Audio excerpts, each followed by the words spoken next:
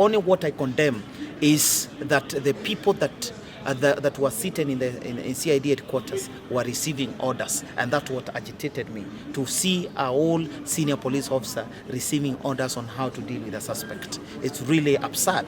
And if it was Ruto's government to go, the regime, it was to go long time ago if we had active parliament.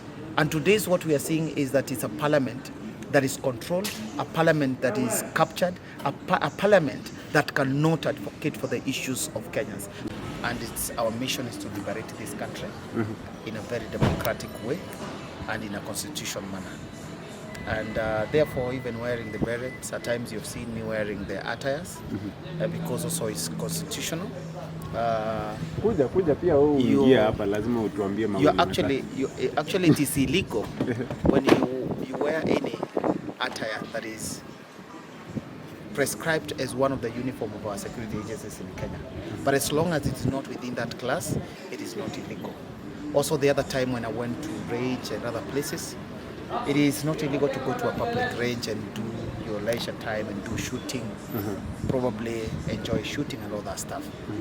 I actually told people in my CV resume that I wrote many years ago, one of my hobbies is shooting. So it's something that I love doing. And again, what I want to say to the young people is that the reason as to where we have come out with this movement is because movement is amorphous. But when we go as a generation, let's say generation X, that is generation Z, or our generation millennium, then we miss the point because the government will use it to divide us. But when we are a movement, it is amorphous. You cannot define which tribe, which age set, which age group that people come from. So we as FBI, fighting brutality and impunity, we continue to press on to fight any sort of brutality in this country, and also to continue to remember them that have suffered in the hands of this rogue government. We are going to visit the victims, find out how they're faring on. Because what we don't want is the government trying to compensate them. We don't want those kind of issues. We want those parents that lost their young ones to feel that the gap of their kids, the gap of their sons, the gap of their daughters is not felt, because we are the sons, we are the daughters. So the best we can do as young people is to keep up and make sure that we cater for those people that suffered the injustices and them that are still suffering the injustices of this government system. Brutality in our payslip, in the payslips of the civil servant in this country, is also a brutality. The brutality of SHA, medical health care in this country, is also a kind of brutality that we are fighting as FBI. So you're talking about brutality. Yes. Ukishikwa ulishikwa aje? Walikufinya? So actually, let me say that wakati nilishikwa na the CIDs, I've had people trying to say that, Patrick Osoi, maybe it's a government project, you cannot do such things, and you get arrested. The fact is that these police officers you see around, some of them that we trained them. Like me, when I was in special forces, we trained some special operations police officers. So these people, when they come to arrest you, they are not just coming to arrest anyone. They are coming to the person they recognize, and rather the person they know. So when I realized they were looking for me, I actually went to them into their Subaru and asked them that I realized that you guys have been trailing me and looking for me, and I'm here. And they were very respectable, because once you surrender yourself to the police, there is no more that they are supposed to do to you. They are not supposed to harass you in any way. It is provided in our constitution to be protected against any kind of torture or even kind of mishandling. And these police officers understand. Therefore, for any young person, in any way that if you hear that the CIDs are looking for you or coming after you, don't be scared. Actually look for them before they even get where you are. And then from there, present your case, lets you find out what is happening. So for me, I just presented myself to them, and I went to the CID headquarters to find out whoever was looking for me, and I found him, and I was able to actually guide him on what he's supposed to do, because I realized he was doing some procedure. He did not understand what he's supposed to do, because I asked him, if you arrest a suspect, what are you supposed to do? Are you supposed to call someone to ask them what you're supposed to do with the first, or are you supposed to take the actions that you're supposed to take? And again, because I am running for the Kenyan 60th president, it is important to understand any person is subject to be investigated if just in case you have anything that you have done that looks probably suspicious or that which the security agents do not understand. So it was right and it was okay for the CIDs to interrogate me in manners of what had happened before. Only what I condemn is that the people that were sitting in CID headquarters were receiving orders, and that's what agitated me, to see a whole senior police officer receiving orders on how to deal with a suspect. It's really absurd. So that what I have to say this evening. Na niulize tu, unajua maswali zangu si za TV. Nakusikiza. Saizi wanakuita terrorist. Kabisa. Do you feel like one? Actually, kwa sababu unajua ile kitu muhimu ni conscious of your mind and conscience of your mind. It's not what people brand you, it's what you believe in yourself and what you are. So we are not terrorists, and I can never even think to be a terrorist, despite the fact how many times they can arrest me or even say that I'm a terrorist. Yes. What is the saddest thing that you feel about this nation right now? The saddest thing that I feel about this nation is to see that the government, that is the Senate and the Senate and the Parliament and the National Assembly, not taking hint of the cries of Kenyans, what we are crying for. And that is why we as FBI we are saying we must drain the swamp, because enough is enough of people getting to the Parliament instead of executing the mandate to represent the issues of Kenyans. And if it was Ruto's government to go, the regime, it was to go long time ago if we had active Parliament. And today's what we are seeing is that it's a Parliament that is controlled, a Parliament that is captured, a Parliament that cannot advocate for the issues of Kenyans. So that is the most saddest thing that I really feel so sad, because we don't have a government. Yeah. And your fellow here, just to ask the same question. Yes. Ulishikwaje? Okay, sometimes arrest is just normal. No, I've been a police officer for those few years in service, and I was arrested in Meru. Ulikuwa umetoroka walisema? No, these guys can write all manner of scripted things in this world. Sikuwa nimetoroka, I was at home. That is where I hail from. Meru County is my home, and that is where my family lives. So they came to my house, and they came with 14, I think 14 to 17 officers, and 10 or 4 vehicles, Subarus. They came to arrest just one police officer who was a law-abiding citizen. And I want to say the following, that arrest sometimes in this nation today, it is scripted. It's something that people come with and brand you whatever names they feel like branding you. But I want to say that I'm so much happy that they produce us before the court of law. And the law has taken its course, and there is a case that is ongoing in Kahawa law courts. But I want to say that I am a law-abiding citizen. Whoever sees something called the FBI movement, the FBI movement is not a militia. It's not a violence or a radicalized group.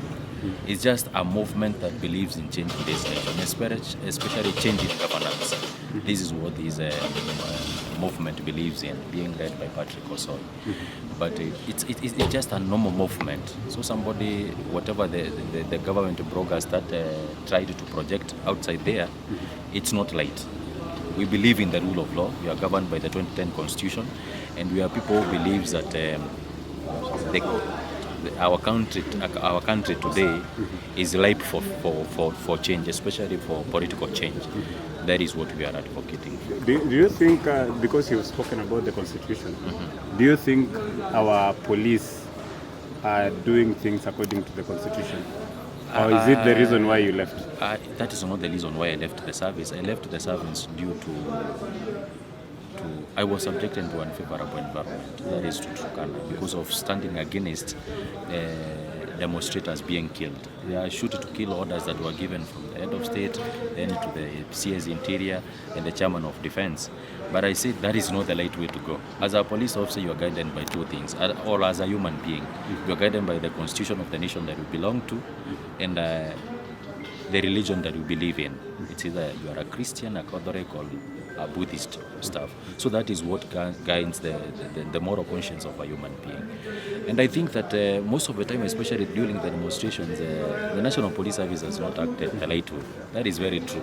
Because if it has acted the right way, we couldn't have seen these killings that were all over in the media. But to some incidences that has happened in the past, there are areas police officers are doing so well. So irrespective of the condemnation that the National Police Service is facing, there are police officers who are doing a nice job. I'll name some of them: the RDU, the SOG, the GSU, or they're in the forest right now fighting Al-Shabaab. They are doing a nice job. But few element of the police officers who are obeying unlawful orders, they are the problem in the National Police Service. Yeah. So I didn't leave the National Police Service because of anything. I was just shown the door out because of standing for the truth. Yeah. Maybe what is your message to those police officers who are watching this and This they're is- like, I'm also tired of this Of the unlawful. service. I want to tell the police officer right now who are watching me or who will watch me later, I want to say the following things, that kindly, you don't have to preach a human being by obeying unlawful orders. Be guided by the service standing orders, the National Police Service Act, and the Constitution. Those should be the guiding documents in everything that you do.